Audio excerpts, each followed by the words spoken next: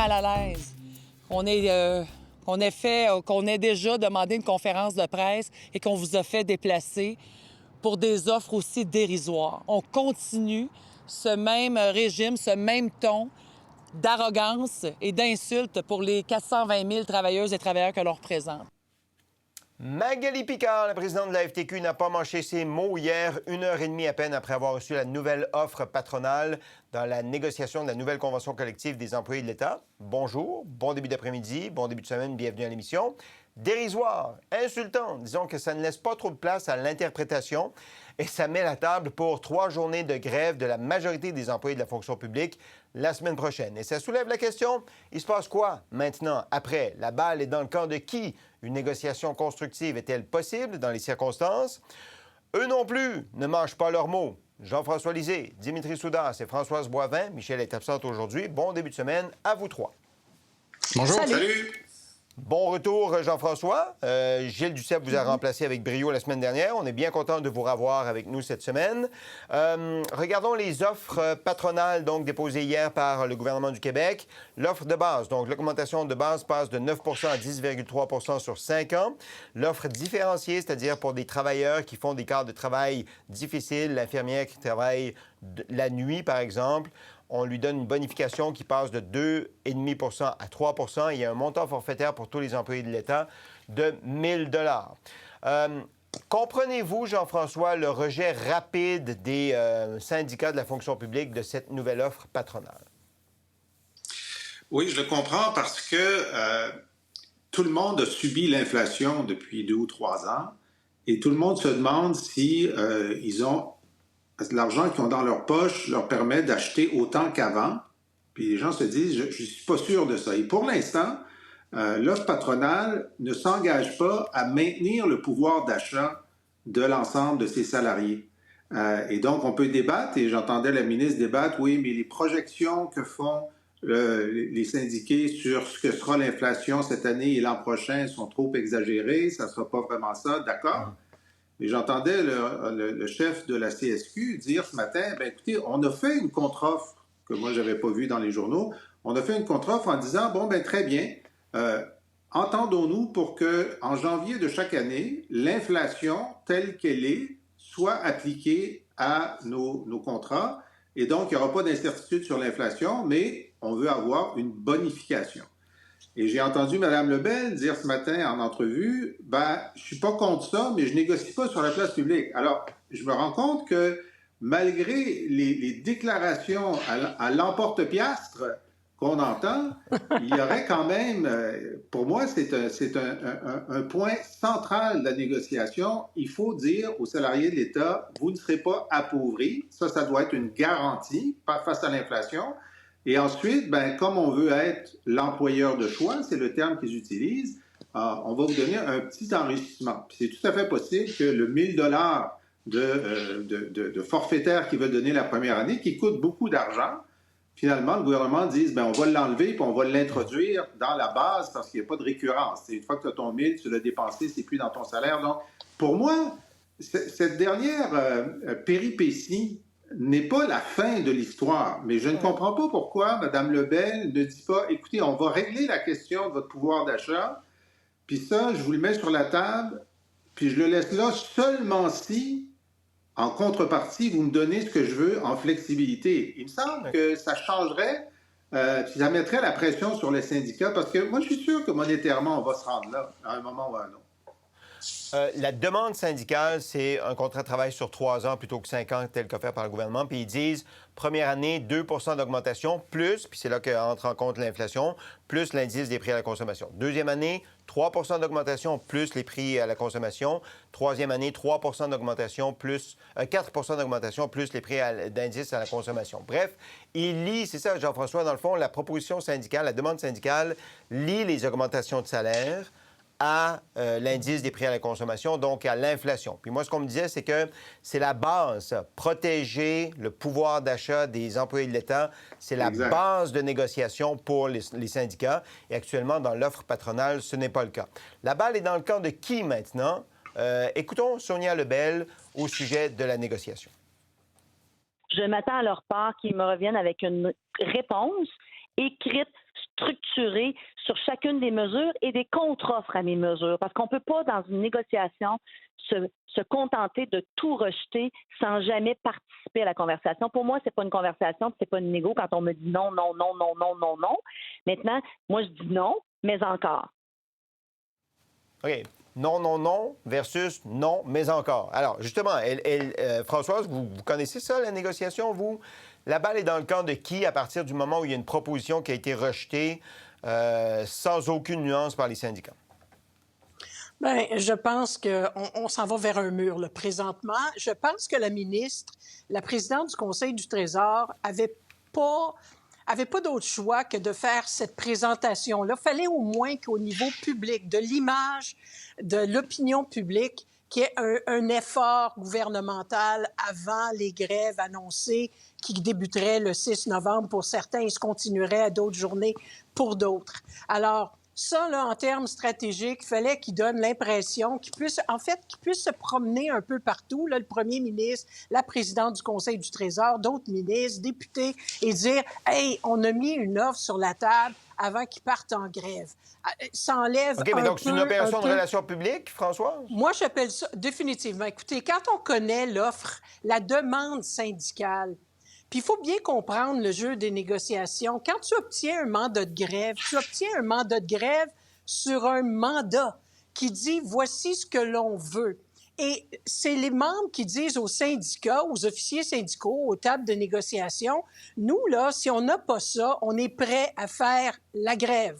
Alors, les officiers syndicaux n'ont pas nécessairement besoin de retourner aux membres pour dire « Hey, acceptez-vous la dernière offre de la présidente du Conseil du Trésor? » Ils ont leur mandat dans la poche. Ils ont un mandat de grève qu'ils peuvent déclencher au moment opportun et ainsi de suite. Alors, je pense que par les propos, le fait qu'ils aient dit que c'était ridicule, c'était tellement pas même prêt encore. Si Michel était là, il dirait c'est effectivement une insulte, là. Bien, ils sont à 10,3 de base pour l'offre patronale, puis la demande syndicale, c'est autour de 20-21 Donc, il y a comme un fossé entre les deux. Et même pas près de l'inflation et ainsi de suite. Et en même temps, on se dit, la présidente du Conseil du Trésor veut faire des offres qu'elle nous dit pour ramener des gens dans le réseau. J'ai parlé à plusieurs infirmières en fin de semaine qui ont quitté le réseau pour aller vers le privé. Et c'est pas des offres comme ça, là, entre vous autres et moi, qui va faire en sorte qu'on va les ramener vers le public. Si le gouvernement était sérieux, il mettrait un terme à toute cette histoire du privé pour faire en sorte que des gens limiter leur choix puis les ramener jusqu'à un certain point vers le public. Alors, quand je dis qu'on s'en va vers un mur, je dis pas qu'il n'y aura pas de négociations puis que les négociations ne se continuent pas. Ça se continue, mais ils sont encore à une marge tellement énorme entre les uns et les autres. La durée pourra être en échange à un moment donné, mais il y a une base. Jean-François l'a très bien dit. La base, c'est de ne pas appauvrir les salariés de l'État. Et avec l'offre qui est faite, c'est clair, net et précis qu'ils s'en vont s'appauvrir. Okay. Dimitri, nous, le public, là, on est comme un peu parfois exaspérés par la valse entre le syndicat et le gouvernement. On comprend que c'est le jeu de la négociation, puis on ne met pas son offre finale sur la table au début, on ne fait pas ses demandes finales au début non plus. Mais comment vous entrevoyez l'avenir de cette négociation? Bien, premièrement, je dirais que j'espère que la ministre va tenir son bout. Ça fait 4 fois qu'elle fait des offres qui augmentent à chaque fois. Et à chaque fois qu'elle fait une offre au syndicat, les syndicats disent non. Puis là, la ministre dit « OK, je vous reviens ». Là, les syndicats disent non encore. Elle dit « OK, je vous reviens ». Donc, une des règles d'or en négociation, c'est « négocie pas avec toi-même ». Je pense que la ministre va devoir tenir son bout. Puis elle l'a dit ce matin. Est-ce qu'elle va avoir la colonne vertébrale pour attendre à ce que les syndicats répliquent? Puis je m'excuse, là, mais hier, c'était pas un exercice de relations publiques. Hier, ça a coûté $1 milliard additionnels aux contribuables québécois. Et à terme, ça serait 8 milliards. Et je m'excuse, l'offre globale du gouvernement du Québec a commencé à 13 et là, elle est rendue à 14,8 Oui, mais attendez, clairs. Dimitri, attendez. Le 14,8 là, c'est les employés qui passent la gratte, c'est-à-dire ceux qui ont l'augmentation de base, ceux qui ont ce qu'ils appellent l'offre différenciée, donc qui travaillent sur des quarts de travail pas favorables, puis ceux qui reçoivent le 1 000 de forfaitaire. C'est pas tous les employés de l'État qui reçoivent ou pour qui la proposition est de 14,8 donc une infirmière qui, par exemple, travaille le soir, travaille les fins de semaine, cette infirmière peut arriver à gagner 130 000 à 140 000 par année et de ne pas faire du 9 à 5 du lundi au vendredi. Et l'autre réalité, c'est que, vous savez, hier, 45 minutes pour réagir à l'offre du gouvernement, 45 minutes pour réagir et dire que 1 milliard de dollars additionnels, c'était insultant et dérisoire. 1 milliard de dollars insultant, dérisoire, quand même. Donc, je pense que les syndicats ont décidé... Mais 1 milliard, Françoise, l'arbre, il pousse plus, là. L'hiver arrive. L'hiver arrive et l'indexation... Et l'indexation... Regarde la perspective. Tu as 1 milliard là. Il y en a qui vont dire, puis on a dit combien pour des usines à batterie qui n'ont pas commencé? Les milliards mais c'est là où nous avons... Oui, mais François, c'est là où nous avons... Dimitri. Mais c'est là où nous avons une responsabilité, Françoise, de dire on ne peut pas faire le parallèle entre une usine de batterie et des négociations de travail en passant. Ce n'est pas un cadeau de Noël, c'est des négociations de contrats de travail. Donc, l'autre question, parce que les syndicats sortent en disant dérisoire, insultant et tout qui est négatif, parfait. Les contribuables québécois vont payer plus. La question qui se pose, qu'est-ce qu'ils vont recevoir de plus? Oui, mais ça c'est un des arguments de Mme Lebel qui dit « OK, je veux vous en donner plus, mais il faut que vous m'en donniez plus à moi aussi et non, c'est pas elle. Pour... Non, je m'excuse. C'est pas à Mme Lebel qu'on donne plus, là. C'est les contribuables québécois. De flexibilité.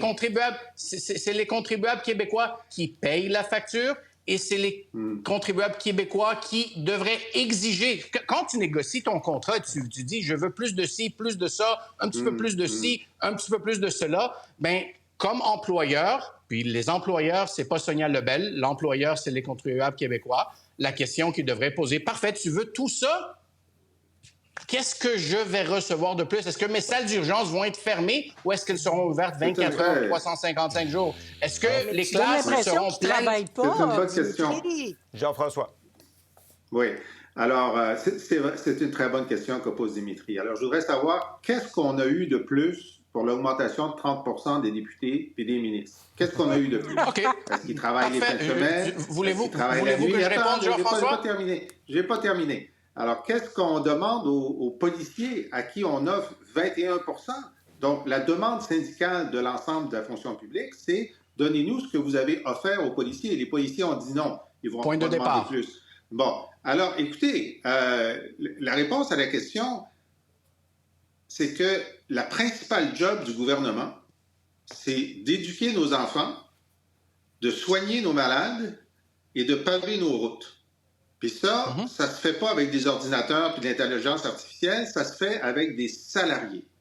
Et là, ils se sont rendus compte ces dernières années que les salariés aimaient mieux aller ailleurs parce que pour le gouvernement, ça paye pas assez cher et les conditions de travail sont pas bonnes. Et donc, la priorité de ce gouvernement serait de dire, mais qu'est-ce qu'on peut faire pour réduire la pénurie de main-d'œuvre dans le secteur public? Puis c'est pas en leur disant, on n'est pas sûr de pas vous appauvrir que ça va marcher. Alors, donc, la première chose qu'on a avec une offre qui ne les appauvrit pas, c'est de retenir, puis peut-être d'en attirer une coupe de plus. Mais je suis d'accord qu'il faut, en échange du minimum, qu'il y ait aussi du mouvement sur l'organisation du travail. Et là, on est vraiment victime, là, les commentateurs et les journalistes et le public, de ce que nous disent les gens. Parce que il y a un représentant syndical qui disait « Ouais, sur les conditions de travail, il y a du progrès aux tables. » Mais Sonia Lebel dit « Ils disent toujours non. » Bien, on ne le sait pas. Le fait est que comme il n'y a pas de journalistes aux tables, on n'a pas la moindre idée de ce qui se passe. Et quand on dit, je termine là-dessus, que les syndicats n'ont pas bougé à chaque offre salariale, bien, c'est faux. Puisqu'ils ont dit « On est prêt à lâcher notre demande salariale sur notre prévision d'inflation pour nous replier sur... » quelque chose qui serait ajusté à la vraie inflation. Alors ça, pour moi, c'est une offre syndicale importante là, qui a été faite, dont on parle peu. Dimitri? Mais encore une fois, la responsabilité nous revient de ne pas banaliser les choses. Le 30 des députés, c'est bon pour les partis d'opposition et les syndicats. Mais soyons clairs, un député qui travaille souvent 7 jours semaine et n'a pas je suis de 9 à 5, dérangez-moi pas après 5 heures, dérangez-moi pas le samedi, dérangez-moi pas quand je ne suis pas... Il n'y a pas de temps supplémentaire obligatoire au Parlement. Là. Le temps supplémentaire mais Jean-François, de dire le 30 aux députés, premièrement, les députés ne négocient pas leur salaire à chaque 2, 3, 4, 5 ans avec des hausses de 9, 10, 15 %. Donc, le point de départ dans tout ça est important. Le point de départ du salaire des députés. Exemple, c'est 30 de départ... sur 5 ans. Il y a eu 30 sur 5 ans. Qu'est-ce qu'on a en échange? Puis c'est quand la dernière fois qu'ils ont une hausse salariale et c'est quand la prochaine fois que tu penses qu'ils vont recevoir une hausse salariale. Donc, il faut contextualiser les choses et il ne faut pas mélanger pour dire « Oh, mon Dieu, on va investir 20 milliards sur construire un nouveau barrage. » Mais on offre juste 1 milliard de plus pour la fonction publique. Il faut s'assurer de bien informer. Avec les investissements en infrastructure, il ne faut pas penser, c'est pas la même chose, les investissements en infrastructure que les salaires. Mais si on contextualise les policiers puis les députés, il faut contextualiser les travailleurs du secteur public et parapublic. Hein? Les infirmières ont du temps supplémentaire obligatoire. Ça, on voit ça nulle part ailleurs. Combien ça vaut? Hey, pour les députés, c'est pas le ministre Fitzgibbon qui nous disait qu'il y avait juste un petit pourcentage qui travaillait bien fort, puis le reste était là pour suivre la parade. Oui, mais Françoise, c'est bien, Françoise. Come on. C'est, encore une fois, c'est une mauvaise... Juste parce que le ministre Fitzgibbon, ça ne veut pas dire que les 125 ou les 123 sont paresseux et les travaillent fort. Je le sais. C'est très difficile à faire ce type de comparaison, mais j'ai aussi horreur de simplement lancer dans les airs un chiffre. C'est vrai qu'1 milliard de dollars, c'est énorme. Il y a des gens qui nous écoutent et qui disent « Hey, wow! » Quand on a reçu les chèques du gouvernement là, qui a fait son élection en disant « Élisez-nous, on va vous envoyer des chèques. Hey, ça représentait bien des milliards, ça, dans les fonds publics. Exactement. Alors, dans ces contextes-là, faut prendre ça avec un grain de sel. Il faut regarder les principes qui sont à la base des négociations. Je pense pas que le gouvernement veuille appauvrir ses employés de l'État. Alors, surtout s'il veut les rapatrier dans son réseau. Alors, ils vont finir par trouver quelque chose, mais je pense que dès le départ, je le disais, ça s'enlignait. Ça fait longtemps qu'il n'y en a pas eu une grève comme ça. Ils ont besoin de secouer qu'est-ce qui s'enligne, Françoise? Qu'est-ce qui s'enligne? Des journées par-ci, par-là de grève ou une grève générale illimitée, selon vous? Ben, j'ai comme l'impression des journées par-ci, par-là. Oubliez pas, en droit du travail, là, j'avais un prof qui disait tout le temps, il faut être réaliste. Hein? Une grève des boueurs, par exemple, ou une grève, par exemple, de ceux qui font le déneigement, tu fais pas ça en été. Alors, il faut que tu sois très stratégique dans tes choses. Alors, ici, on se retrouve au début de l'hiver. On n'est pas nécessairement en plein été. Ça va. Les gens n'aiment pas faire la grève, je vous le dis. Là. J'ai parlé à suffisamment de fonctionnaires pendant la dernière grève fédérale. Ils n'aiment pas ça, mais il y a des principes. Ils sentent pas... C'est le message qui est envoyé au gouvernement, c'est qu'ils sentent pas que leur employeur les écoute. Et je pense pas que ça aille aussi loin qu'une grève illimitée pendant X nombre de semaines. J'ai pas l'impression que le gouvernement Legault a besoin de ça là, sur sa table de travail. Dimitri.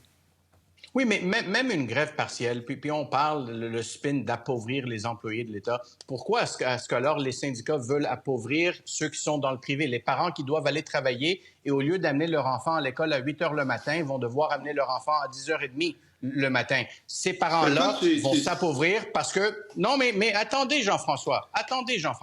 Honnêtement, asseyez-vous comme des adultes.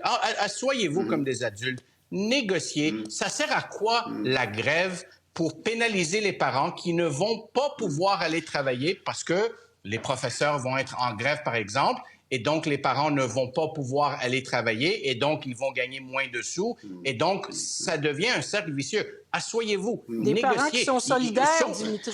Sauf si les syndicats disent notre première demande est aussi notre dernière demande. Il n'y a aucune marge de manœuvre de négocier. Jean-François, en conclusion. Moi, je veux juste savoir si Dimitri signerait un contrat de 5 ans qui ne lui garantit pas que son pouvoir d'achat va rester le même, puis il va pouvoir être réduit. Moi, je pense que Dimitri, tu signerais pas ça, puis c'est normal, puis personne ne signerait ça en ce moment. Et donc, tant que cette fixation n'a pas été réglé, c'est-à-dire préserver le pouvoir d'achat des salariés de l'État, il va y avoir des grèves.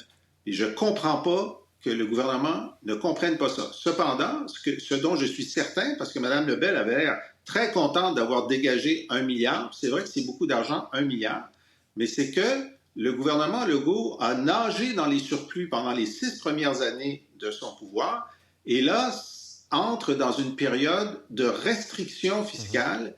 On l'a vu avec le secteur public, dans le secteur dans le transport en commun. Et là, ils n'ont plus autant d'argent qu'ils en avaient. Et là, ils commencent à trouver que c'est difficile de sortir des milliards supplémentaires. C'est qu'ils n'ont pas pensé que leur principal travail dans la vie, c'est de faire en sorte que leurs salariés soient contents de travailler pour l'État. Ils ont préféré faire une baisse d'impôts. Ben, c'est leur choix. Puis maintenant, ils sont dans le crunch. Puis ils vont avoir une grève générale. Puis on aura une mise à jour économique aussi la semaine prochaine. Puis juste pour que les gens comprennent bien, la semaine prochaine, de toute évidence, il va y avoir des journées de grève.